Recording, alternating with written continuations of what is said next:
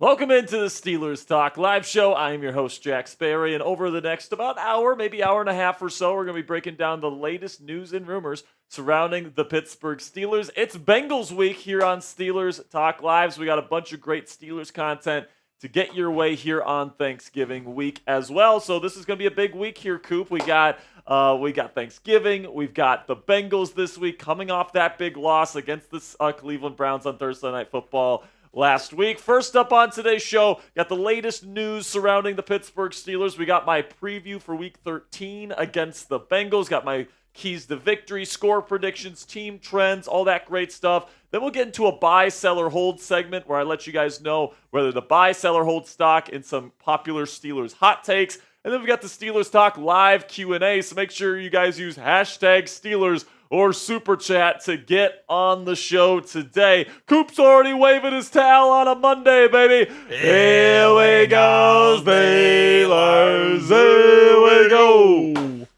Here we go, Steelers. Here we go. Here we go, Steelers. Here we go. Let's go, baby. Coop, how you doing today, my friend? Talking some Steelers football here on a beautiful Monday afternoon. I am well. It is Thanksgiving week, which means a lot of football is to be played. Yes, indeed, my friend, indeed. And by the way, Sunday there's going to be a big portion of the national audience watching Steelers-Bengals because they've got so many games on Thanksgiving, and then they got a Black Friday game. No question. As well. So we got a bunch of great stuff coming your way today, guys. We already broke down what we're going to be talking about today. I want to give some shout-outs to the people in the chat right now. People that have shown up, all the real ones. We got Pat Lepla in the chat. What's up, Pat? We got One Love. We've got Robson. We got Cassie, both my girlfriend. Everybody give Cassie some love in the chat. She does so much work for us here for the channel. She's our mod, so she kills the bots on game days. We got Brock Walker, Kenneth Leonard Sr., George Pickensburg, DJ KJ, John Nye, Troy Philip Abuga is here. Super Steelers Gaming is here. Kareem Richardson is here. Let's go, baby. We got Dylan Lewandowski, Paranormal in the Funhouse, Dante Edwards, Tristan White. We got a good crew of Steelers fans in the chat today. And you know what, guys? If you guys want to send in a little bit of a donation today, kind of tip me and Coop for all the hard work we put in here at Steelers Talk to give you guys the best damn Steelers content money can buy, 100% free for you guys here on YouTube. You guys can send in a donation today. We'll put you up on screen. We'll give you guys some love. If you guys want to send in a Venmo, Cashapp, or PayPal, YouTube actually takes 30% of all super chats you send in. And if you send it in via your iPhone or an Apple product of some sort, Apple takes another 10%. All right, so that's only 60% of your donation dollars going towards us here at Steelers Talk. But with Venmo, Cashapp, or PayPal, we actually get to keep a larger portion of the donation money that you guys send in to help us improve our graphics, improve our equipment, improve our office space. We just started renovations here at Chat Sports Studios, and that's in large part because of the generosity you guys have shown to us here on Steelers Talk. So you guys can find us at Jack-Sperry on Venmo, # Captain Jack 19 on Cash App, or at Captain Jackrabbit on PayPal. Also want to give a shout out here to our Black Diamonds. These are the people that have put in $500 or more on a singular stream, or they've had their sticker donated to them by a benefactor such as Platinum 666, Kurgan Cold, or some other person that was feeling generous. So I want to give a big shout out to all the real ones that are a part of Steelers Talk Black Diamond Club. You guys are the real ones. You are the lifeblood of this community. And if you guys want to become a Black Diamond, you guys can click that subscribe button, click that thumbs up icon. And if you guys are in the chat every single time we go live, if you guys are pumping each other up in the chat, if you're active in the chat and you're being really positive and all this stuff, when Platinum 666 and Kurgan Cold and all these people donate stickers, we give the stickers to the people that deserve it the most. All right, so I want to give a big shout out to Christine Miller, Thick Clappa, Unknown, and Wolfane, our four latest Steelers Talk Black Diamonds to join the club. And if you guys want to join the club today, it's $500. I know that's quite a bit. I'm not necessarily expecting that today, but I greatly appreciate all of your guys' support. Also, you guys can give me a follow on X either tonight or tomorrow. I'm going to be cutting up the film from Thursday night's loss versus Cleveland. It was actually, I think, there's an argument to be made. It was Russell Wilson's best game as a Pittsburgh Steeler, even though it was his only loss to this point. He's 4-1 as the starter of the Steelers, but he actually played pretty darn well, especially on third down. against the Cleveland Browns. And I'm really excited to share some of those clips with you guys. So if you want that film analysis, we can't put it up on the channel because we'll get demonetized. But on Twitter, I can put it up there, so I'll be putting that up this week. Make sure we don't put it on the channel. And we will make sure we won't put it up on the channel. So you guys can give me a follow at Jack_Sperry. We also put out short form content on our IG page here at Steelers Talk. You guys can follow us at SteelersCS for some short form content surrounding the Pittsburgh Steelers. Really do appreciate your guys following that account as well. Now, because it is Thanksgiving week, we will not be doing a second live show this week. We usually go live every Monday and every Thursday, but just with the way the schedule is working out this week, we're just going to go live today, guys, which is why we have 4 segments for you guys. We got a loaded show coming your way here over the next 90 minutes or so.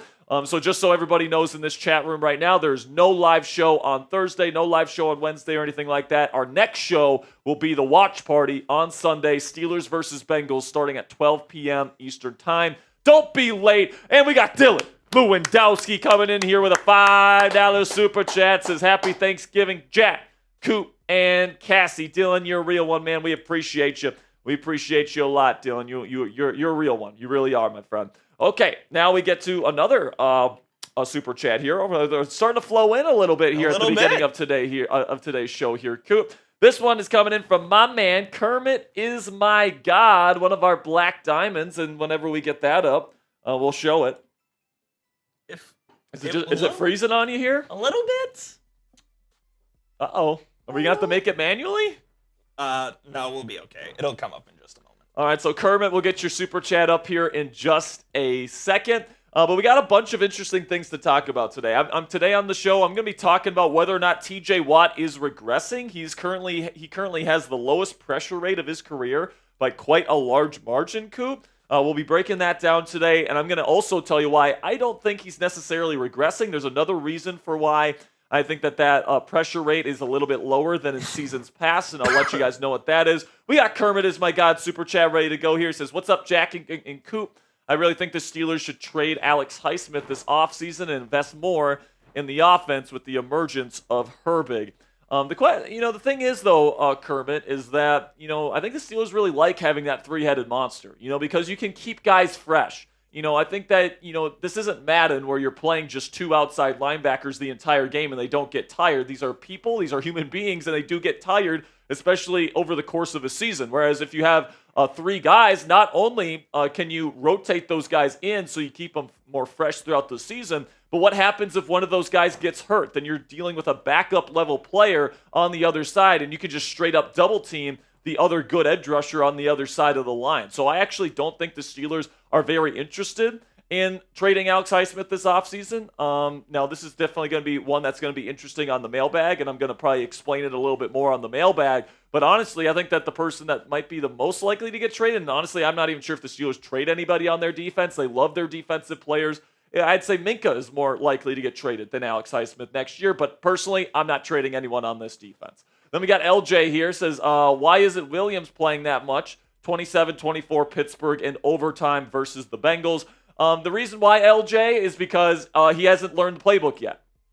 All right, so the Washington game, he barely knew anything. I mean, Russ had to pretty much tell him what route to run when he was out there, and then he learned it a little bit more for the next game against the Ravens. He played about 30% of the snaps, and then you had a short week, so he didn't really have a lot of time to really build his knowledge in the offense. He kind of just had to go back to work and go back to practice, and he wasn't able to really get that much more information before Thursday Night Football. But now he's had a mini bye week here where he's got a little bit more information to work with, and I do think you're going to see a larger target share and a larger snap share for Mike Williams, and I think he's going to be a bona fide starter for this offense moving forward. So again, guys, on today's show, we'll be getting into 4 segments today because we don't have a second live show this week. So we'll have the latest Steelers news for you guys, my Week 13 preview as well. We'll do a buy, sell, or hold segment, and then we'll finish up with your questions on the Q&A. Some people already putting in some good questions via Super Chat. So if you guys want to guarantee your question gets on the show, make sure you Super Chat. Otherwise, you guys can put hashtag Steelers down there in the comments section for your chance to get on the mailbag this week. Producer Coop, we ready to get things going here, my friend? We are just about ready. All right, let's get it going right now. The latest news surrounding your Pittsburgh Steelers.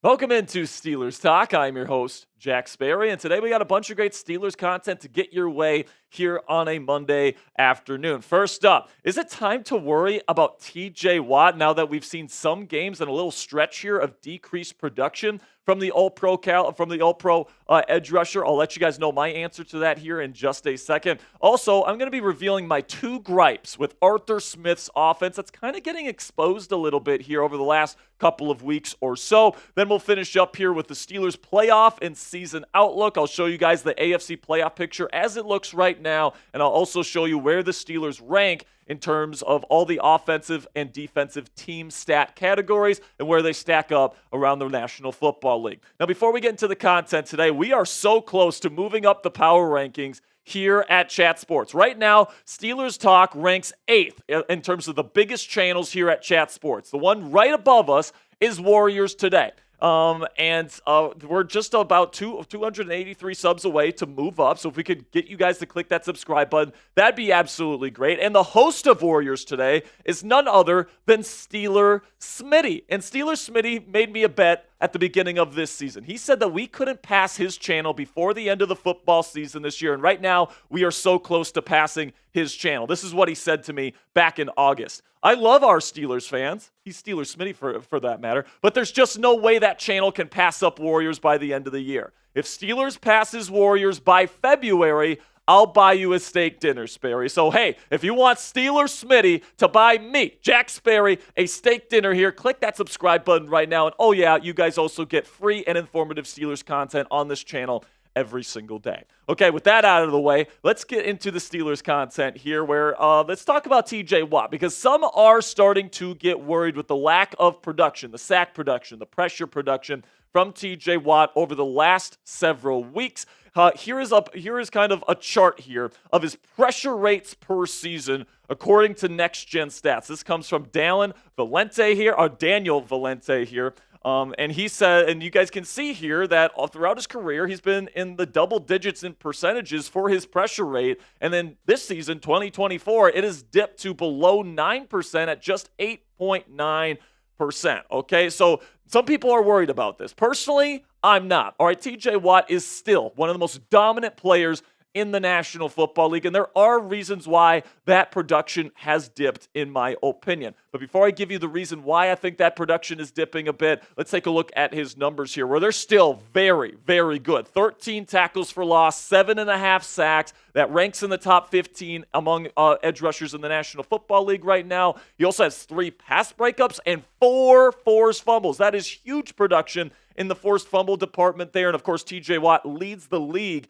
in forced fumbles by a large margin since he entered the league all those years back. And the reason why I'm not particularly worried about TJ Watt at this point in the season, guys, is that his impact on the field is largely unseen because he gets a lot of attention, right? Double teams, he's been getting a lot more true double teams this year. And if he's not getting straight up double teamed, he is definitely getting chipped. If not by 1, sometimes even by 2 players. There's sometimes where I see a tight end chip him, and then the opposing offense sends a running back to go chip him as well. All right, so TJ is definitely somebody that's getting a lot of attention. That opens things up for Alex Highsmith, Cam Hayward, Nick Herbig, all of which are having phenomenal seasons this year, in part because they're getting so many one-on-one opportunities because TJ Watt is getting so much attention this year, and he makes everybody around him, especially on this defensive line, better. And, you know, when you're looking at this entire defensive line and how productive they are, I look at TJ Watt and the production he's bringing to the table, and you add that to what Cam Hayward's doing, who's having an all-pro caliber season, Nick Herbig, who has made some big-time impact plays this year, Alex Highsmith, who when he's on the field is making a big-time impact.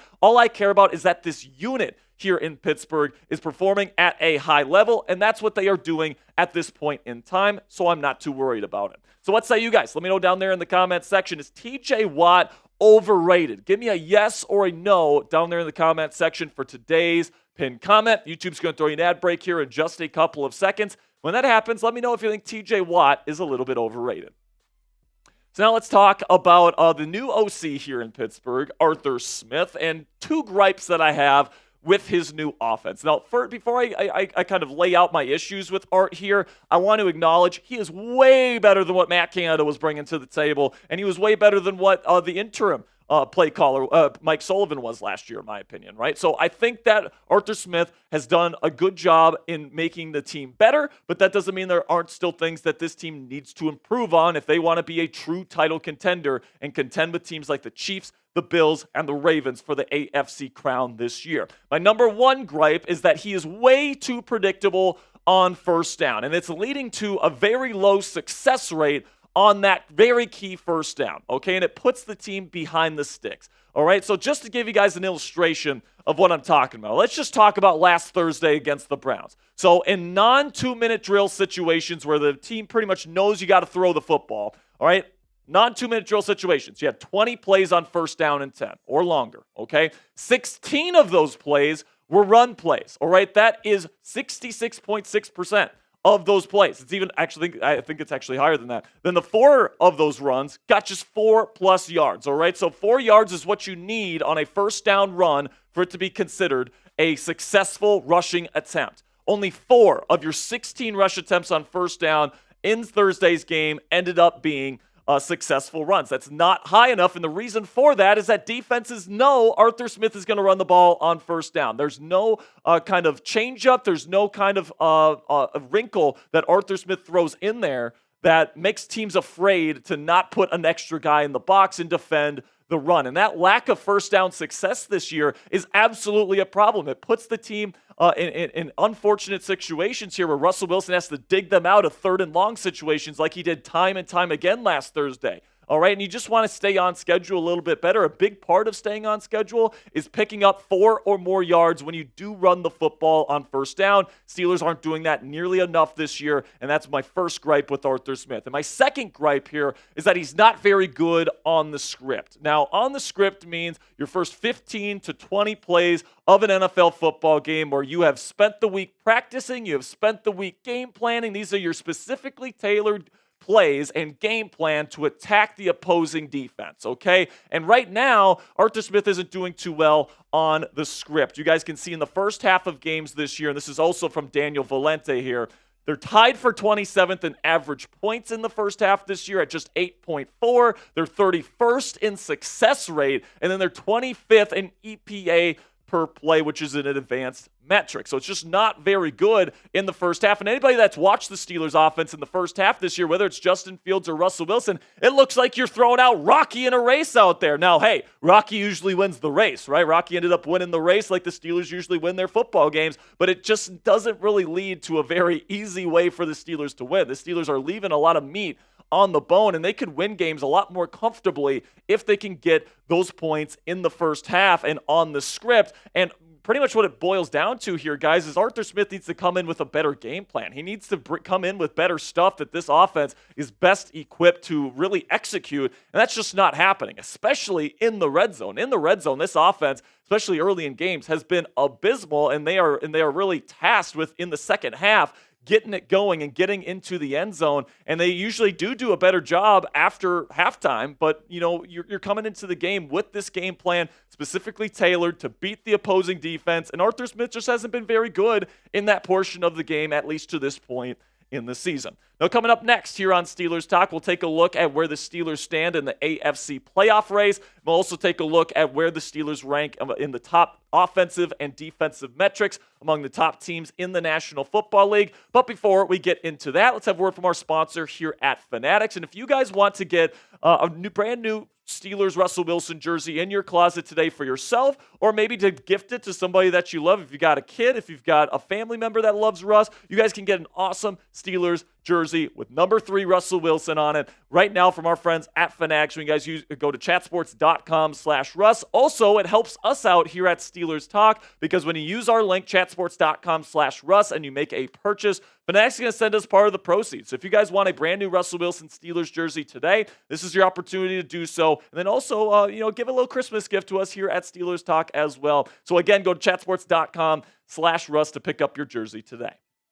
So here's where the Steelers stand in the AFC playoff picture. Once again, Just like last week, the Steelers are still in third place. So even though, there's a lot of people panicking about the Steelers losing to the Browns last week, they're exactly in the same spot they were a week ago, number 3 seed in the AFC playoff picture with the Ravens still behind them. Now, the Steelers do need to kick it in gear towards the end of the year. Now, I will say the Ravens, tonight is Monday Night Football, Ravens-Chargers. The Ravens lose tonight. They're looking at 7-6 because they got a very physical Eagles team next week. I don't think they're going to win that game, so keep your eye on Monday Night Football tonight. But when it comes to the Steelers, their remaining schedule here, man, Mike Tomlin is excellent coming off of Thursday Night Football. He's 13-6 in his career in those scenarios. You're going up against the Bengals, a defense that this offense and George Pickens absolutely eats for breakfast. I think the Steelers can easily win in Week 13 against the Bengals and Week 18 for that matter. I think they can definitely beat the Browns in a more normal kind of situation in Week 14. And then you got Eagles, Ravens, and Chiefs, a trio of very difficult games in a row, but I do think that they can be competitive in those games as well. And really, guys, sitting at 8-3, you just need 2 more wins to get to 10 wins, which pretty much punches your ticket at least as a wild card in the AFC. I think with the remaining schedule, the Steelers can absolutely do just that. Then we look at the offense with Russ here since Russ took over. They're still top 10 in points per game at 25.6 PPG. Then you get to the yards per game. They're still top 10 in that category as well at 363.6. The yards per play is a little bit less at 5.26. The third down percentage is sitting at 17th at 38.6. Then the red zone percentage is still kind of down in the dumps there. They were just 1 for 2 in their red zone trips against Cleveland, which would rank 31st in the National Football League, and they're only giving up the ball 4 times in the 5 games Russ has been the QB. Then you look on defense here, and it's still very good defense, guys. Top 5 in points per game allowed, allowing less than 17 points per game, which is excellent. Still top 10 in yards per game allowed as well. The yards per play is a little bit lower at 11th.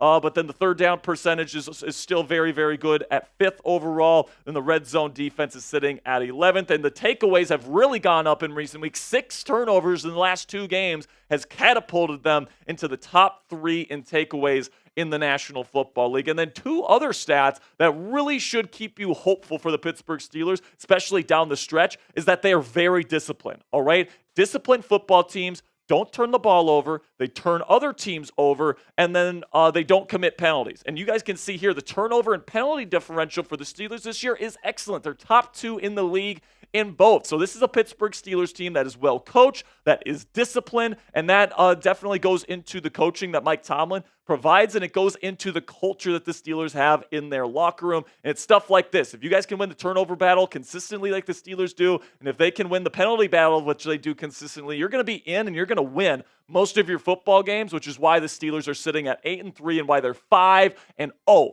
against teams with a winning record to this point in their season. Now, before I go here, I do have one more final item I want to talk about here, and it's something of a concern of mine here, which is the offensive line. Because plain and simply, guys, if you know this Arthur Smith offense and you understand how Art wants to move the football, you got to be able to run the football effectively. You got to be able to protect Russell Wilson, who does tend to hold on to the football for a little bit. But they've had some struggles on the offensive line as of late. Dan Moore Jr. has not played fantastic football as of late. I think Isaac Seumalo has taken a slight step down from where he was a year before. Zach Frazier's been really, really good. Mason McCormick hasn't been fantastic in run defense. He had kind of a brutal game against the Cleveland Browns last Thursday.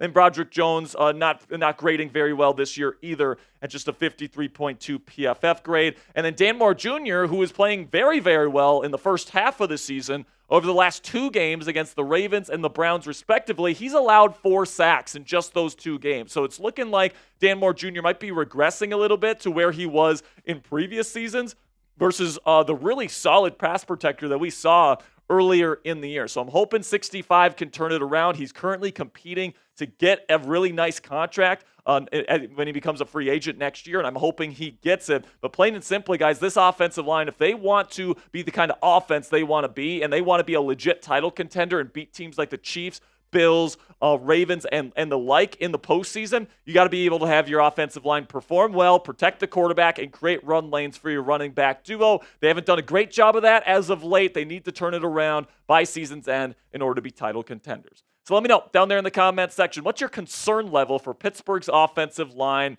right now? Put it on a scale of 0, meaning not worried whatsoever, to 10, meaning I am absolutely panicking. Right now, I'll put my concern level at about a 6 or so. Let me know what you guys think down there in the comments section. That'll be it for today's edition of Steelers News and Rumors. Thank you guys so much for sticking with me here to the end of today's show. Make sure you click that subscribe button for more Steelers News and Rumors content all throughout the 2024 season. All right, man. DJ KJ coming in with a $10 super chat. Says, happy Thanksgiving, everyone. Happy Thanksgiving, DJ KJ. Let me know down in the chat, DJ KJ, what's your favorite of Halloween, or not Halloween, Thanksgiving food? What's your favorite Thanksgiving side? Is it too chalk to say mashed potatoes? Not at all. I love mashed potatoes and gravy. That's a good one. I think my favorite's mac and cheese. Mac and cheese is certainly up there too, especially if you make good mac and Yeah. cheese. Like if it's bad mac and cheese, It can't be the box shit. Yeah, it can't be box mac and No. cheese. It's got to be homemade. Yep. Maybe some breadcrumbs in there. Do you like breadcrumbs in Of yours? course. Yeah, you got to love the breadcrumbs, man. So DJ KJ, appreciate the 10, my friend. Are you a pumpkin pie guy, or are you like a I am fruit pie guy? So I like pumpkin pie, but it has to be from an actual bakery. I don't like homemade pumpkin pies. I never have. I don't know what it is about like the canned pumpkin filling. Yeah. It's just like it's not good. Like and no matter how much love you put into it, like it's like unless you're making it bakery style and like you're an actual baker that actually makes it from scratch and not using like the canned stuff, maybe it could be good then, but like I'm just not a big fan of the canned pumpkin pie mix that they have, and I just so much rather get it from an actual bakery, and then I lather that shit up with Cool Whip. Ooh, that sounds fire. You just put it everywhere. Pause. All right, so I got a Venmo here, Coop, so I'll send it your way. Sounds good. What are you going to be doing for Thanksgiving here, Coop? Me and the fam just getting together, watching some football. You know, nothing special. Nothing special. No, excited to eat some turkey. But hey, nothing special is pretty good, in my opinion. Absolutely. Especially when it comes to Thanksgiving. Just spend it with your family. No doubt. We'll get to this Venmo here before we get into my Week 13 preview, which is coming up next. Like I said during that segment, Coop, I don't think TJ Watt is regressing necessarily. I think he's getting chipped a lot. And that's opening up more opportunities for the pass rush. And the pass rush is doing fine. So as long as the unit is doing fine, I'm not going to be worried about TJ Watt, period. Okay, so I'm still very confident in his abilities as a number one edge rusher. And then you got Arthur Smith and those two things that I listed. You know, Art's been a little bit of a disappointment to me. I don't know if I ever expected him to be a top 5, top 10 play caller in the league, but you would like to see a higher success rate on first down and to start games. But overall, like I said, this team's 5-0 against teams with a winning record. I overall feel very good about this Steelers team right now. I do too. I think they need to come out here and show that they can beat the Cincinnati Bengals, and this is going to go a long way towards what their overall goals are this year for sure. Kareem coming in with a $5 Venmo. He says, "Let's get this W this week. Let's go Steelers." Kareem, I appreciate you, my man. You got one of the best stickers. Absolutely. You got one of the best stickers that we've ever made for Black Diamonds, by the way. Got the sky hook from my man Kareem. Appreciate you, my man. Okay, I'm not going to let you guys wait any longer. We'll get into our second segment here. My Week 13 preview for this week's game against the Bengals.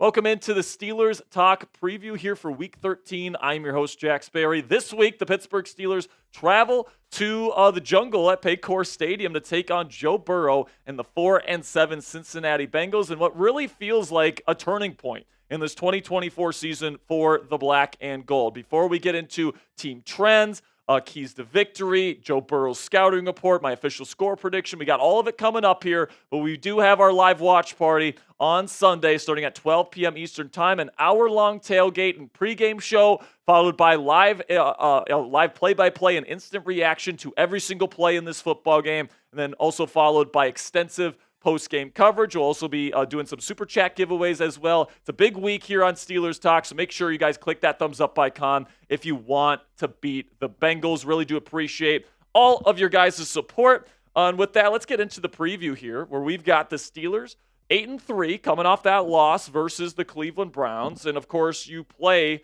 the Cincinnati Bengals, who are 4-7 at this point in their season, and they've lost a lot of close games, all right? So don't kid yourself. This is a Bengals team that's pretty darn good. They put up a lot of points. Defense isn't so good. We'll get into that. But this is certainly a team, especially at home, that could potentially knock off the Pittsburgh Steelers. However, there is a trend here that I want to make you guys aware of. If you didn't know, Mike Tomlin is excellent when you give him extra time to prepare, whether it be with a bye or whether it be with a mini bye week. Specifically after Thursday night football games in his career, the Steelers are 13-6 after Thursday night football while he's been the head coach here in Pittsburgh. So that trend certainly goes in the direction of the Pittsburgh Steelers. So you take a look here at Cincinnati and what you guys can expect from them. From a scheme perspective, they run a hybrid style offense. Zach Taylor kind of comes from the Sean McVay school of this third-generation West Coast, but then Joe Burrow is kind of a shotgun-heavy, spread-it-out type of scheme. So Zach Taylor, in his time with Joe Burrow, has kind of molded his scheme to fit his strengths. So it's kind of a hybrid between that spread-it-out kind of system and then the kind of the modernized West Coast that you see in LA, in San Francisco, in Miami, other places like that. Then on defense, Lou Anarumo runs a balanced 4-2 style of system, likes to do lots of disguises, really requires a lot of chemistry and talent on that defense, which unfortunately for Cincinnati, they don't have right now. We'll talk about that here in a little bit. But so far this season, that first 5-game stretch of their year was awful for them. They started 1-4, and it has become a theme with Zach Taylor. He does not have his teams ready to go to start seasons generally. And this year, they lost to the Patriots in Week 1. Then they lost a close one to the Chiefs in Week 2. Also lost to the Commanders in Week 3, despite putting up 33 points. Then, of course, you lose to the Ravens in Week 5. Your only win in those first 5 games came against the lowly Carolina Panthers. Then you look at the rest of the year so far. You do beat the Giants, the Browns, and the Raiders. But right now, the Bengals don't have any high leverage wins. Every single time they've played a good team, they have lost to them. The Eagles, the Ravens, the Chargers, all these different teams. Plus, they're coming off against 2 very physical opponents here in Week 10 and Week 11 with the Ravens and Chargers. So that should play a part in this game as well. Then you take a look here at Cincinnati's IR to this point in the year. Okay, you got DJ Turner, who's going to be out with a clavicle. You got Zach Moss, their running back, is out with a neck injury. Trent Brown is out with a knee on IR. There it is. And then Daxton Hill, the defensive back, is out with an ACL. Now Trent Brown has been on the IR for a little bit here. We'll keep an eye on Trent Brown at whether or not he can play and come off that IR, but certainly not looking great for these 4 gentlemen to play on Sunday. Then questionable for Sunday, Orlando Brown Jr. has been dealing with a knee injury. He'll be questionable. And Sheldon Rankins, their defensive tackle, has been dealing with an illness lately, and he is still questionable to play on Sunday versus Pittsburgh. So now let's talk about the Bengals offense here, because it is dynamic. And anybody that's watched the Bengals over the last 3 or 4 years understands this. Ever since Joe Burrow has shown up there in Cincinnati, they have been a very high-flying passing attack. So obviously Joe Burrow is going to be a big part of what they do. They got a dynamic wide receiver duo in Jamar Chase and T. Higgins, and then their running back is Chase Brown, with Mike Gesicki being a very nice passing tight end. Take a look at their trends here. The Bengals offense is currently ranking 6th in scoring offense. The Steelers currently ranking 4th in scoring defense. Very similar here in terms of the yards per play and then the third downs. Very good matchup here between this offense and this Steelers defense for sure. One of the areas that the Bengals do have the advantage, though, slightly is in the red zone. So hopefully the Steelers can get a couple of turnovers this week. They have 6 over the last 2 games. Then the points per game trends here. The Bengals are scoring 27 points per game, whereas the Steelers are giving up about 17. So that would predict that the Bengals score about 21 points on Sunday afternoon. Then you send it over to the defensive side of the ball. Trey Hendrickson is their number 1 edge rusher. He is by far and away their best defensive player. Their 2 inside linebackers and Logan Wilson and Jermaine Pratt are good, solid pieces. Then Mike Hilton, former Steeler slot corner extraordinaire, is currently the slot corner in Cincinnati. He is currently their best corner as their slot guy. Then you look at the team trends here between the Steelers with Russell Wilson to this point in the year versus the Bengals, and the Bengals defense is really down in the dumps, man. 26th in third down percentage, 31st in red zone percentage, 28th in scoring defense. They don't turn the ball over at an above average rate. This is not a very good Bengals defense, plain and simply, so this should be an opportunity for the Steelers offense to get right this week and put up some points. So the points per game trends here, 25.6 for the Steelers offense versus 26.9 given up by the Bengals, which would predict about 26 points for the black and gold. And if you guys have been keeping up here, you guys would know that would mean a 26-21 Steelers win on Sunday versus the Pussycats. And, a 5-point differential is not nothing, all right? The margin of error is 3 points, okay? So, this is beyond the margin of error. So the Steelers are the clear favorite heading into Sunday's matchup, at least if you believe the trends. So still to come here on Steelers Talk. Keys to victory versus the Bengals. Got 4 of them to share with you guys, or maybe 5 of them. I can't remember exactly how many keys to victories I have this week. Also, I got my Joe Burrow scouting report, letting you guys know why he's one of the best elite quarterbacks in the National Football League. Then we'll get into my official Week 13 score prediction, where I predict this week's matchup. But before we get into the rest of this week's preview, go ahead and check out our friends at Fanatics, where you guys can get a brand new Russell Wilson Steelers jersey for either yourself or somebody you love this Christmas season when you go to chatsports.com/Russ. Plus, you get to help out Steelers Talk, our channel here a little bit, because when you click on that link, chatsports.com/Russ, I'll put that in the comments and description of today's show. Click that link, make a purchase, and Fanatics sends us part of the proceeds. So if you want to help out our channel, plus you want to get a brand new Russell Wilson jersey for either you or someone you love for Christmas here, go ahead and go to chatsports.com/Russ to pick up your jersey today. First key to victory is to get after Joe Burrow, okay? And this is always a key to victory when you play the Cincinnati Bengals, because they traditionally don't have a very good offensive line, but Joe Burrow, make no mistake, is absolutely phenomenal as their quarterback. He is absolutely in the elite superstar class of QB as far as I am concerned, and I think he is absolutely fantastic as the quarterback of the Cincinnati Bengals, and he is absolutely playing MVP level football right now. If the Bengals just had a better record and they didn't lose every close game that they played this year, he might even have a shot to win MVP this year. He is playing that well at this point in the season. And I think that he is somebody here that, I don't think he's going to get MVP consideration, but you take a look at the numbers right here, man. Just 4 interceptions to 27 tuds, over 3,000 yards. He is carrying the Bengals offense this year, especially with the injury to Zach Moss. And he's got almost a 70% completion percentage when the defense essentially knows he's throwing it on every single play, it seems like. They throw the ball a lot there in Cincinnati, and he is still that effective, all right? And the reason why he is so effective, guys, is he's got so much nuance in his game.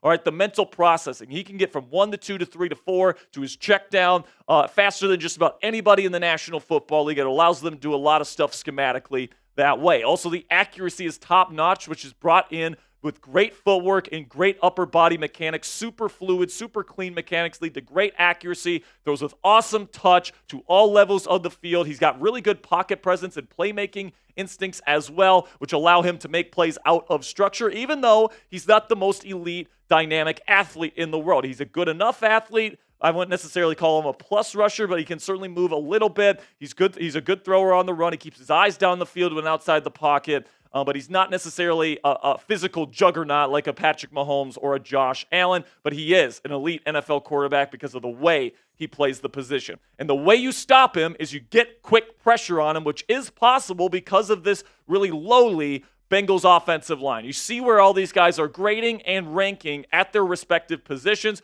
all well below average in their respective positions, except for Orlando Brown Jr. at left tackle, and even he will be questionable for Sunday afternoon. So if Orlando Brown Jr. cannot play, keep your eye on that one. It's going to be good for either Alex Highsmith or Nick Herbig. We still don't know if Highsmith will play, so that's why I have Herbig listed here in the trench matchup here. But you got TJ Watt going up against the rookie Amarius Mims on the right side. That's a good matchup for TJ. You got Cam Hayward going up against Volson at left guard. Oh my goodness, that should be an absolute mismatch right there with all the one-on-ones Hayward is getting this year. And then whether it's Herbig or whether it's Highsmith, I think they can be effective on the other side there with Brown dealing with a little bit of an injury. So you got to get after Joe Burrow if you're going to have success this week. And then also you got to find a way to contain Jamar Chase and T. Higgins. Now this is very much easier said than done. When you combine all-world kind of talents like Jamar Chase, who I consider a top 3 receiver in the game right now, and T. Higgins, who is arguably a borderline number 1 receiver in his own right, on the other side of him, it's going to be very, very difficult to match up with these two guys. And honestly, Joey Porter Jr. is a better matchup for T. Higgins than he is for Jamar Chase. So because of this matchup here, and I'm not really comfortable putting Dante Jackson on Jamar Chase in one-on-one coverage all that consistently, I would expect to see a lot of zone coverage from the Pittsburgh Steelers on Sunday afternoon. Now, the Steelers are predominantly a zone team in general. They play a lot of cover 3. They throw in cover 2 as a changeup, but I really do think that they're going to be living in cover 3 and cover 2 quite a bit on Sunday to try to keep their eyes on the quarterback and not allow one-on-one matchups with Chase and Higgins to dominate this football game. Then we get into the offensive side of the ball here, which is to not let Trey Hendrickson loose. All right, this guy is special. All right, he gets after the quarterback at a rate that we just don't see with any other edge rusher in the National Football League right now. He is leading the National Football League in sacks by a full sack right now. Number 1 at 11.5. The person trailing him right now is Danielle Hunter. And I really, really love the way Trey Hendrickson plays. He plays with so much power and a little bit of finesse as well. Now, the person that's going to be tasked with going up against Trey this week is going to be Dan Moore Jr., who has had a decent season overall, but he has given up 4 sacks in the last 2 weeks. And in the first half of that game against the Cleveland Browns, when the ground wasn't super snowy, he gave up multiple sacks to Myles Garrett. And honestly, if the conditions would have kept up for the entire game and it didn't snow as much as it did in the second half, Myles Garrett might have gotten a couple more. All right, Dan Moore did not have a good game last week against Cleveland. He did not have a good game against the Baltimore Ravens before that. He needs to turn around this week because he's got a monster this week in Trey Hendrickson on the other side of him. Then we get to the passing game here, and I think that a big key to victory is going to be to feed George Pickens, because Pickens has dominated the Cincinnati Bengals in his career. You guys will remember his crazy game where he completely went off in Mason Rudolph's debut last year against the Cincinnati Bengals last season, where he took a slant to the house. He caught multiple deep shots. This guy can absolutely destroy their number 1 corner right now in Cam Taylor-Britt. He is not a number 1 level corner, and he's definitely not good enough to go up against George Pickens. So if I'm Russell Wilson, if I'm Arthur Smith, I am finding ways to get George Pickens the football as much as I can. Then the final key to victory this week is to let Russ cook. All right, and I think that when you're playing a defense as bad as the Cincinnati Bengals, and you've had so much success against this defense in the past, even Kenny Pickett put up quite good numbers against the Cincinnati defense last year. I think that you let Russell Wilson go out there and you try to bomb it down the field a little bit. You try to put up a lot of points, because I guarantee you, going up against this Steelers defense, even a guy like Joe Burrow in this Bengals offense, I don't think they're going to be able to keep up and score 30-plus points on the Steelers this week. If the Steelers can get to 30, I think they win this football game, so you got to let Russ do his thing. And last week, he played very, very well. I think he can do it again against this really bad Bengals defense. I think you got to let him loose, let him go, let him throw the ball down the field to his weapons. I think we're going to see Mike Williams on the field more this week, and I think that this is going to be the week the Steelers offense finally puts it all together and they put up over 30 points against the Bengals. So because of that, I'm going to give them 34 points in a 34-24 win. I believe in Mike Tomlin off of a mini bye. I believe in him when you give him ample time. I believe in this offense with Mike Williams. I'm hoping is going to get more playing time coming off of that mini bye as well. And I do think that this is an offense that has had success against the Bengals defense in the past, and I think that they can replicate that success. And I just honestly don't see the Bengals, as good as they are on offense, matching the Steelers if they get over 30 points. So that's where I'm at. 34-24 Steelers win. Let me know what you guys think down there in the comments section. Predict the score of Steelers versus Bengals down there in the comments section. And don't forget to click that subscribe button. We do these in-depth previews for every single Steelers game, whether it's regular season, whether it's postseason, all that great stuff, guys. We also put out free and informative Steelers videos for you guys every single day. So make sure you guys click that subscribe button if you haven't already. And until next time, here we go, Steelers. Second segment out of the way, 2 more to go. Got a Cashapp here, Mr. Coop. I'll send it your way. Sounds good. Got any more super chats that came in? I think we did see some. We got a $2 from Rayzilla, says just dropping in. Appreciate you, Rayzilla. Troy Polamalu jersey. Rayzilla, appreciate you. Dylan coming in with a $10 super chat. My man Dylan, Rayzilla. I love the Polamalu jersey, by the way, Rayzilla. That's a good one. We got Lewandowski coming in here saying, I'll be at the game Sunday. Let's go Steelers. Dylan, enjoy yourself, man. Send me some pictures, all right? We'll put them up on the show. I appreciate you. $10. Good stuff there, Dylan. Enjoy yourself at the game in Cincinnati. So you're going to be in enemy territory, so make sure you represent Steelers Nation with all your might, my friend. $2 from John Stevenson. What's up, John? Says one game does not put a team out of it. Absolutely agree. Absolutely agree. Especially when it's on a short week, especially when it's against a division rival, especially when it's on the road, and especially when there was a fucking blizzard in the second half. I don't even know if blizzard is the right word to describe that. It was a...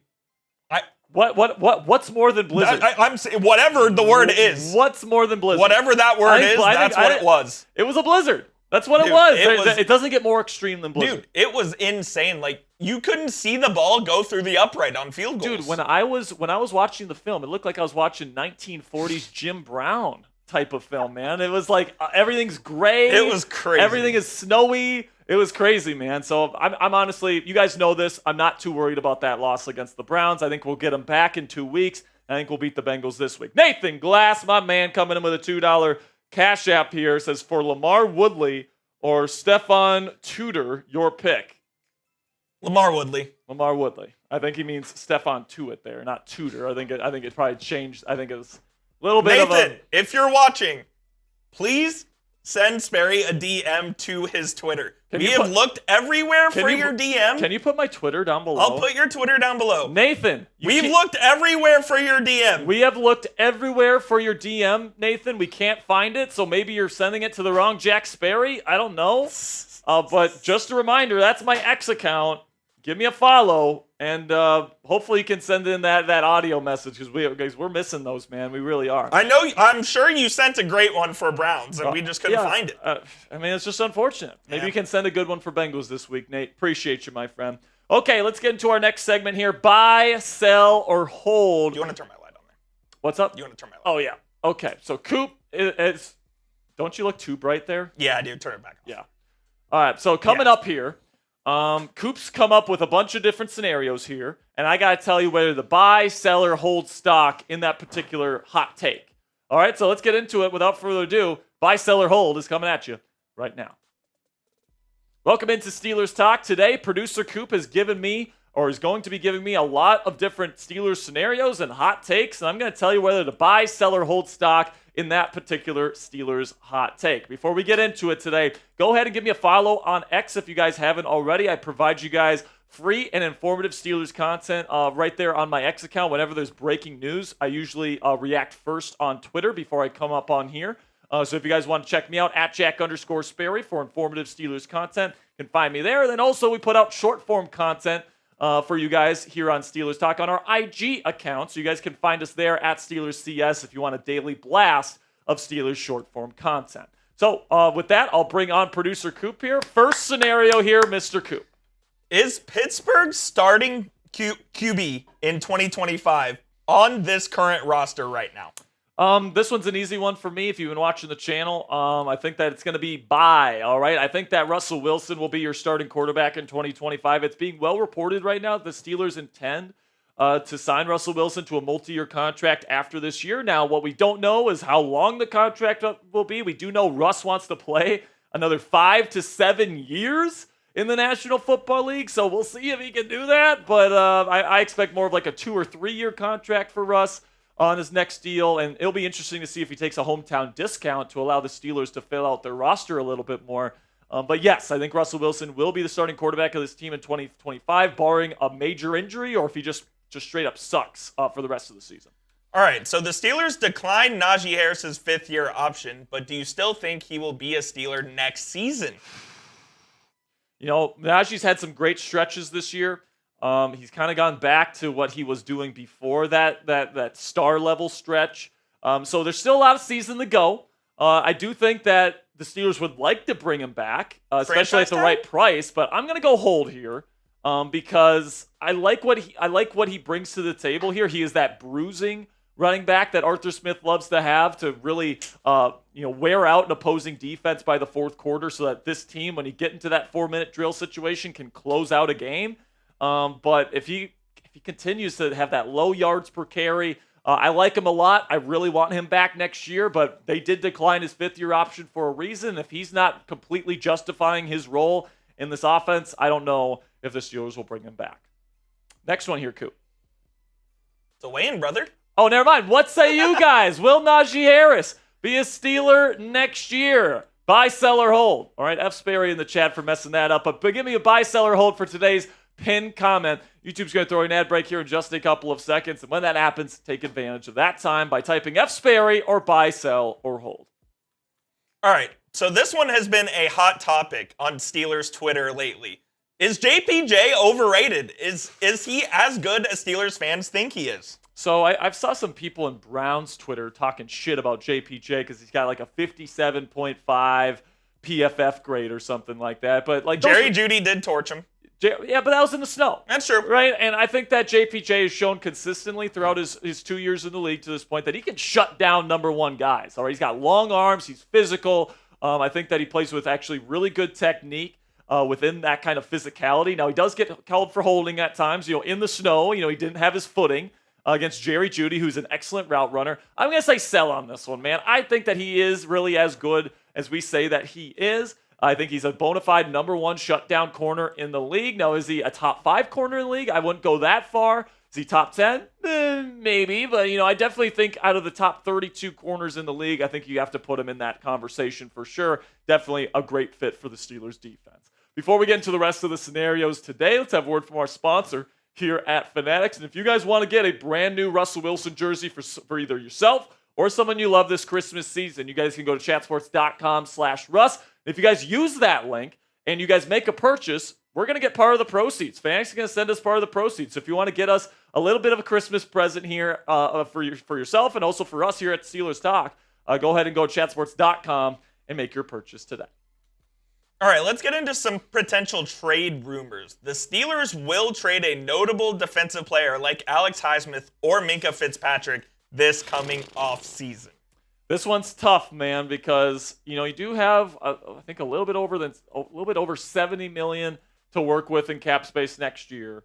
You eventually do want to balance the scales, offense, defensive spending. But if you know anything about Pittsburgh, man, they like their defensive players. They love defense, and I think they love Fitzpatrick because he completely takes away certain portions of the field because quarterbacks just don't target near him. I'm going to lean sell here. I think they're going to keep all their defensive players as expensive as they are. I think they will re-sign Russell Wilson. Honestly, I think this team next year is going to look very similar to what it looks like this year. You don't have a lot of super high-end free agents hitting the market. You can supplement the ones that do leave in the draft. I think that the Steelers are in a pretty decent spot right now, so I'm leaning sell towards trading a top defensive player. I think I already know your answer to this one, but do you think the Steelers are in danger of missing the playoffs? I mean, this is one that is being talked about a ton on Steelers Twitter after they lost to the Browns. Oh, if they lost to the 2-8 Browns, how could they beat anybody else? It's like that is such a prisoner of the moment type of mentality because what happens when this team plays good teams? They win. They're 5-0. They have the most wins this year, 5, than any other team has against teams with multiple or with a winning record this year. All right, the Steelers are alone, only team in the league with 5 wins against teams with a winning record. So I'm super selling this. Steelers are going to make the playoffs this year, guys. I know it's a rough end to the season here, but I do think that this is absolutely a stretch. Cincinnati and the Browns for sure. I think they can win these next 2 games, and then I think they can beat Cincinnati at the end of the year too at home. So we'll see what happens here. You have to win You have to win 2 more games the rest of the way to get to 10 wins and pretty much punch your ticket into the playoffs. I think that they're more than good enough to get that job done. I think they make the playoffs for sure this season. So before we get into the rest of the scenarios today, make sure you click that subscribe button if you're enjoying this type of content here. We give you guys free, informative Steelers content every single day, guys. And also when there's breaking news this offseason, we'll be going live for that. And then also it's all 100% free. So right now we are closing in on 70,000 subscribers, guys. Make sure you click that subscribe button if you haven't already to help us get to 70K. Wait, how many subscribers do we have? 70K, baby. Let's go. Let's go! All right, we're getting close here, Coop. Next one. All right. Can the Steelers win the whole damn thing? So the question is, can they? All right. So when I hear can they, that doesn't mean will they. That means what? Is there even a 1% chance the Steelers win the Super Bowl this year? And I think there absolutely is. It's relatively smaller, but every team has a small chance to win the Super Bowl every year, right? There's about 7 or 8 teams every year that could win the Super Bowl. The Steelers are one of those teams. They can control the clock. When their offensive line is playing well, they can run the football very well. They can throw the ball down the field. They can beat you on defense, and they can beat you on special teams. And they're well coached by a guy that has done it before. All right, Russell Wilson also very clutch in the fourth quarter and has a ton of playoff experience. So, are they favorites? I'm not going to say they're the number one team in the NFL or they have the highest odds to win the Super Bowl, but are they in that mix of teams that could feasibly win it this year? I'm going to tell you to buy stock in that, baby. We are title contenders, although we may not be title favorites. Last one. Should the Steelers fire Mike Tomlin this season? Come on, Coop. You should have known my answer to this. I'm just saying. Right when you wrote this, man. You guys know that I am a fan of Mike Tomlin. Now, I am also not afraid to call him out on his bullshit when it comes to the game management aspect of the game. When he doesn't use a timeout correctly, when he doesn't use personnel correctly, all these different things that he tends to do, and he has been legitimately bad as a game manager in his career as a head coach, he still brings an excellent culture. He brings an excellent level of leadership and mental toughness to this locker room that time and time again delivers consistent winning results here in Pittsburgh. And when you give him a good quarterback, he wins postseason games. And I think Russell Wilson is going to show you guys that this year. Like, who are the guys that he has lost with in the playoffs? All right, like obviously, like an older Big Ben, and then you had Mason Rudolph the other time they made the postseason, right? Like, yes, they've lost with prime Big Ben too, but the playoffs are very fickle, man. You lose once and you're done against the best teams in the league. The postseason is so difficult to win in.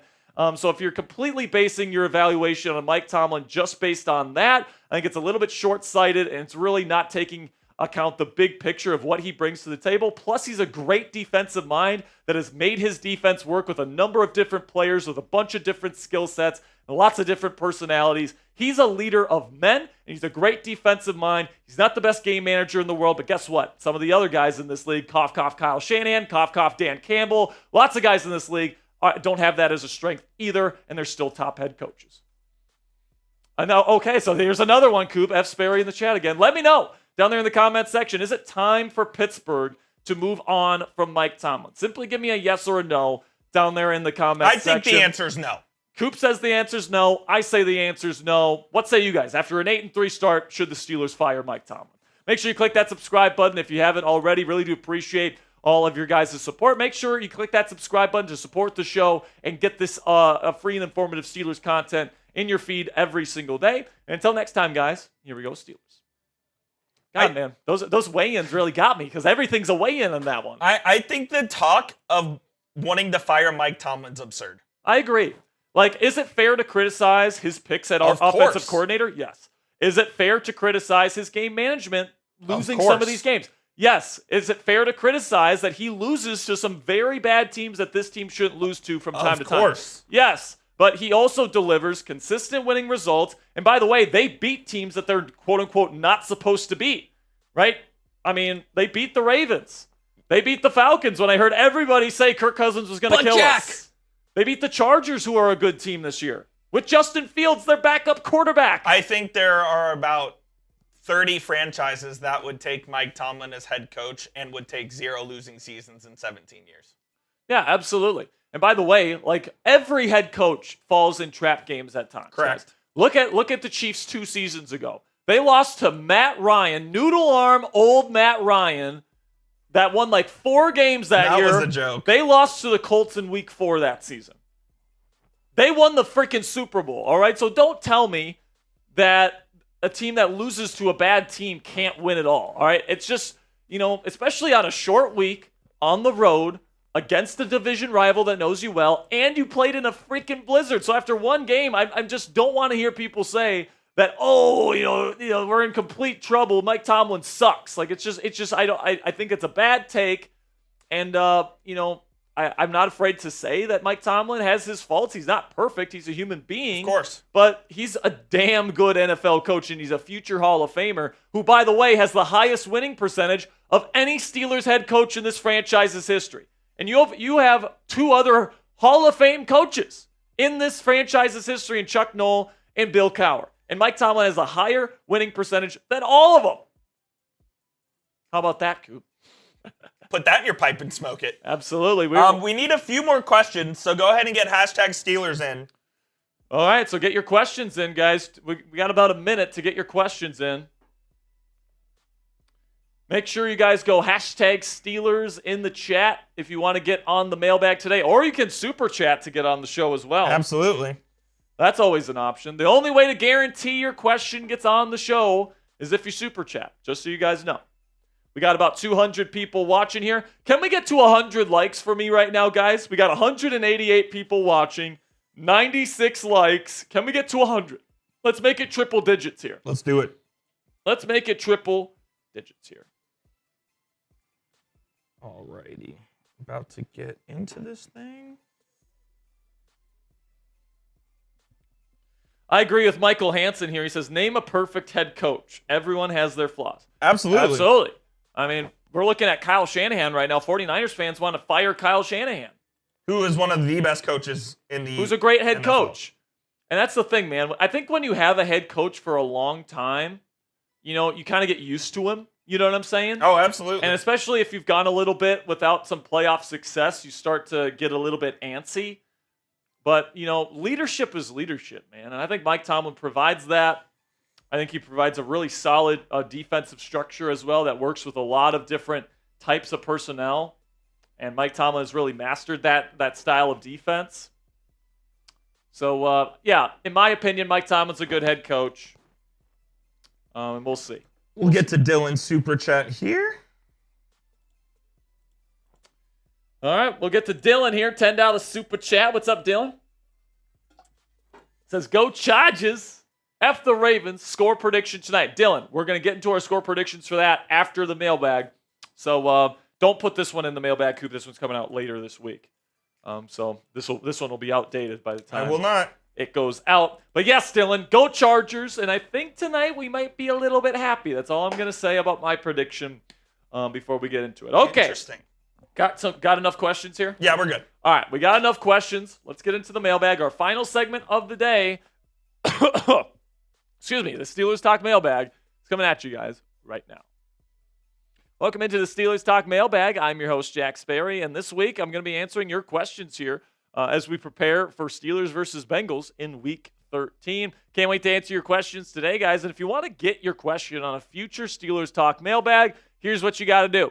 You click that subscribe button to join the most interactive Steelers community here on YouTube. We go live at least twice a week here on Steelers Talk. And in one of those live shows, we give you guys an opportunity to get your questions on the show. All right, so what you got to do is click that subscribe button, join us for our live shows every single week, and then get your questions submitted during the live shows. We film these segments during those live shows, so make sure you join us for them. We start them at 5:30 p.m. Eastern Time, so subscribe and don't be late. With that, I'll pause and open it up for questions. We got LJ here. Says, why isn't Williams playing that much? 24 Pittsburgh OT. So that's his score prediction for Steelers-Bengals. He thinks it's going to go to OT.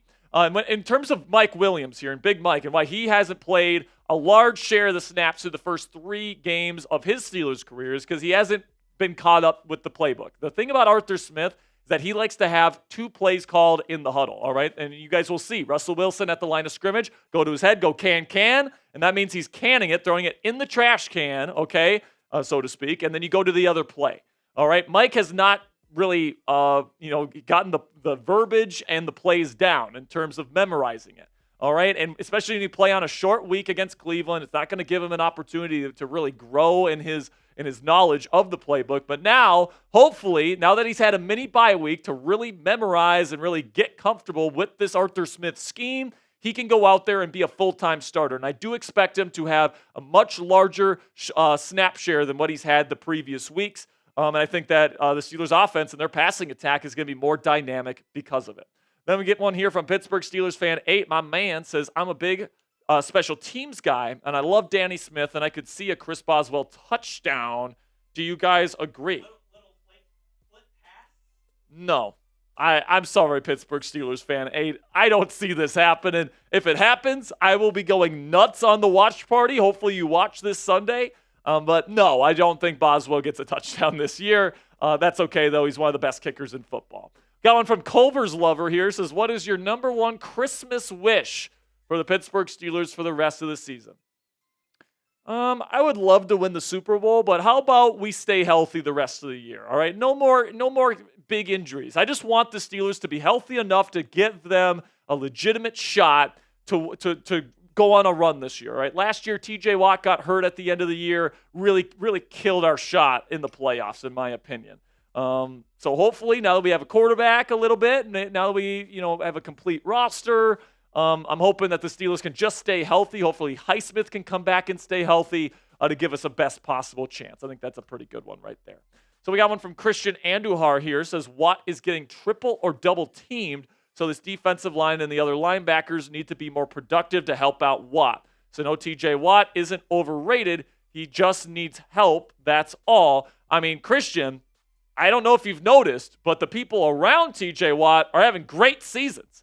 I mean, you've got Cam Hayward, who's a first-team All-Pro right now. You got Alex Highsmith, who has been hurt, but when he's been on the field, he's been awesome. Nick Herbig has been awesome. So, I disagree with you, but in a different way, all right? So I look at it from a different way, Christian. I think because he gets so much attention, it helps the other people around him, and it makes this pass rush better, all right? So I agree with you. TJ Watt is not overrated. He is still an awesome player and a true number one edge rusher, and one of, if not the best edge rusher in football. But because he gets so much attention, he makes the Steelers pass rush and the people around him that much better. So I don't think they need to do more. I think that they're doing exactly what they need to do because this defense is one of the best in football. So what say you guys? Let me know down there in the comment section. Is TJ Watt overrated? Simply give me a yes or a no down there in the comment section. In just a second, we'll be talking about our sponsor today at Fanatics. Well, I'm talking about Fanatics today. Give me a yes or a no down there in the comments. With that, if you guys want a brand new Russell Wilson jersey in your closet today, or if you want to get a gift of a Russell Wilson jersey to someone you love in your life, you guys can go to chatsports.com/Russ just in time for Christmas to get your brand new Russell Wilson Steelers jersey today. Plus, if you want to give a little gift to us here at Steelers Talk for all the hard work we do for you guys, giving you guys free, informative Steelers content, if you click that link and you make a purchase, Fanatics is going to send us part of the proceeds. So if you guys want to give us a little bit of a tip here, and you guys want to get a brand new Russell Wilson jersey, this is your opportunity to do so. Go to chatsports.com/Russ to pick up your brand new jersey today. Got a $10 super chat from DJS here. What's up, my man? Says this is getting blown out of proportion. This happens every year where we lose one or two games to teams that have lost their season, also known as the typical Tomlin trap game. We'll be fine, people. I agree, DJS. This is what I've been preaching on this show since they lost on Thursday. It was a short week on the road against a division rival in a blizzard in the second half. It was a weird football game, all right? And it definitely leveled the playing field for Cleveland, and it came down to who made more plays at the end, and the Cleveland Browns did because Mike Tomlin and Arthur Smith didn't do a great job managing the game at the end. That's what it came down to, okay? It doesn't mean the Steelers' season is over. They are 5-0 against teams that have a winning record right now. That is the best in the National Football League. We're going to be just fine, guys. And then we got one from Teacher here. It says, will Pittsburgh deliver us all a big gift of Christmas with a win over the Chiefs? Here's the thing, man. I think it's actually possible. I think it's possible that they beat the Chiefs, all right? Just look at yesterday. Bryce Young and the Panthers at home competed with the Kansas City Chiefs, all right? And the Steelers are a team that's built to control the clock, throw down the field when you give them opportunities to do so, and then play great defense. All right, the Chiefs' offense, not that great this year. The defense has been playing worse over the last couple of weeks or so. Now, the Chiefs are a good team in the fourth quarter in those weighty moments. So maybe the Chiefs, once again, win a close game against Pittsburgh. But make no mistake, I think we're going to be right here on Steelers Talk on Christmas for our watch party. And I think that game's going to be a lot closer than people think. And I think it's going to come right down to the wire. Got one from Charlie Raymond here. Says, should the Steelers fire Arthur Smith? Not yet. I don't think so. And especially if the Steelers make the playoffs, I think you give him another season or maybe even another 2 seasons. He's not perfect, man. I mean, you just look at what happened last Thursday. He's so predictable on first down plays, man. Every team knows we're running the football on first down. It's just a ridiculously high percentage the Steelers run the ball on first down. I think they need to incorporate some more play-action deep shots on first down to kind of keep defenses honest in these scenarios, because on first down, the Steelers are just not very productive, and the offensive line isn't dominant enough to run the football when the defense knows for sure they're going to be running it. So I'm looking at the situation right now. Arthur Smith certainly needs to get better. I don't love his passing concepts in the drop-back passing game. He's not the best offensive coordinator in the world, but he's a lot better than Matt Canada, and the Steelers are sitting at 8-3. So let me know down there in the comments section, should the Steelers fire Arthur Smith and bring in yet another offensive coordinator? Give me a yes or a no down there in the comments. Going from It's Juju, $5 super chat. What's up? It's Juju. Says, what do you think TJ is struggling this year, and how is he favored for Defensive Player of the Year? Do you think he's better than Garrett? I do. So the reason why he's quote-unquote struggling this year is because his pressure rate is lower than in previous seasons. But he's also getting even more attention than in previous seasons, all right? He's getting chipped on every play, sometimes by 2 players. He's also getting double-teamed at a career-high rate. And he's still putting up these numbers. He's top 15 in sacks.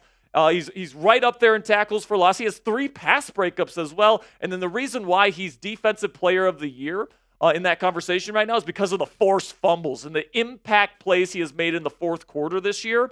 He also has recovered a couple of his fumbles. And by the way, that's taking away a fumble and a recovery he had in week 1 versus the Falcons because he perfectly timed a snap, and it was so perfectly timed, the refs thought he was offsides. So TJ Watt is absolutely still one of the best, if not the best, edge rusher in the National Football League. And yes, I do think he's better than Myles Garrett. Then we got one from 674 Gator. Says, what is the GOAT Thanksgiving food in your opinion? So Thanksgiving food, I mean, the GOAT in terms of like greatness, it's got to be turkey, right? Because it's Turkey Day. The day is named after the turkey. If you're talking about which one's my favorite, I mean, I'm a pumpkin pie guy. If you get a good bakery-made pumpkin pie with Cool Whip, like a half container of Cool Whip on that thing, oh my gosh, I am absolutely diving into that. That's my favorite. Let me know what you guys think down there in the comment section. What's your favorite Thanksgiving food? For me personally, it's pumpkin pie with tons of Cool Whip. So make sure you guys click that subscribe button if you haven't already. It's Bengals week here on Steelers Talk. We're getting you ready for that game here on Steelers Talk all week long. So make sure you click that subscribe button if you haven't already. Until next time, guys, here we go, Steelers. All right, so let's talk some Monday Night Football here. Dylan says, go Chargers, F the Ravens, score predictions tonight. So it's going to be an interesting one tonight, Coop, because it's big for the Ravens. Yeah, they got to win. They're sitting at 7-4, and they have the Eagles next week, and that's a physical team that beats you down. Pause, okay? And the Chargers are another physical team, and this is coming after playing a physical team in the Steelers. So this is a rough stretch for the Baltimore Ravens, plain and simply. And personally, guys, I think the Ravens lose. You think Jim wins the Harbaugh Bowl? I think Jim wins it. I think he gets his revenge on John. I think the Chargers win this one. Do you have my score prediction? I forgot to build it. Oh, you forgot to build it? I did. What did I have? You had 27-24. 27-24. I'm going to go Chargers win tonight. I think Lamar Jackson has the ball with a chance to win the game. Interception! I think the Ravens will end up winning tonight. I just think Lamar needs a good game, and I think they're going to get one from him. And by the way, next week they have the Eagles. So I think if they lose tonight, they are staring 7-6 right in the face. It feels like a must-win for them. It feels like a must-win tonight for the Ravens. It's a must-win if they want to take over the AFC North from the Steelers. Correct. If they want to win the division, feels like they got to win tonight. Wait, but the Steelers aren't making the postseason because yeah. Keep talking about, Steelers aren't making the postseason. If they can't beat the Browns, how can they beat the Bengals? Those people drive me up a wall. It's a week-by-week league, all right? I hate people that think that super small, kind of compact. I mean, they don't look at the big picture when they talk that way. You have to. All right, man. I'm going to go Ravens, though, 20-17. Okay, I'll go 27-24 Chargers. We'll see who wins that bet at the end of tonight's game. We appreciate you guys. Reminder, no second Steelers Talk live show this week. It's just this one. Sunday. And then we'll see you guys Sunday for our Week 13 watch party starting at 12 p.m. Eastern. Don't be late. Can't wait to see you guys. And until next time, here we go, Steelers. Peace.